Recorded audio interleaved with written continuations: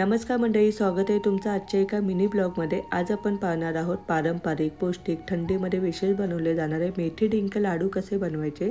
रात्रभर तुपामध्ये भिजत ठेवलेली मेथी पावडर, त्यामुळे मेथीचा भरपूर असा कडवटपणा कमी होतो आणि हे लाडू मोठेच काय तर लहान मुलंसुद्धा आवडीने खातात। ह्यामध्ये उच्च प्रतीचे खपली गहू, डिंक, खोबरं, ड्रायफ्रूट्स असे बरेच औषधी गुणधर्म असलेले पदार्थ यामध्ये वापरलेले आहेत आणि या लाडवांमुळे ना आरोग्यासाठी खूप फायदेशीर असलेले गुणधर्मसुद्धा मिळतात आणि बनवायलासुद्धा खूप सोपे आहेत। ह्याचा सविस्तर व्हिडिओ मी ऑलरेडी चॅनलवरती पोस्ट केला आहे, नक्की बघा।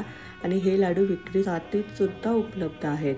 400 रुपये अर्धा किलो असलेले हे लाडू तुम्ही लवकरात लवकर ऑर्डर करा आणि वाट कसली बघताय। तुम्हाला जर ऑर्डर करायची नसेल तर बनवूनसुद्धा पाहू शकता। बघा किती सुंदर दिसत आहे ना। ह्याचे डिटेल्स मी कमेंटमध्ये प्रोव्हाइड करते, नक्की मागवा। एन्जॉय।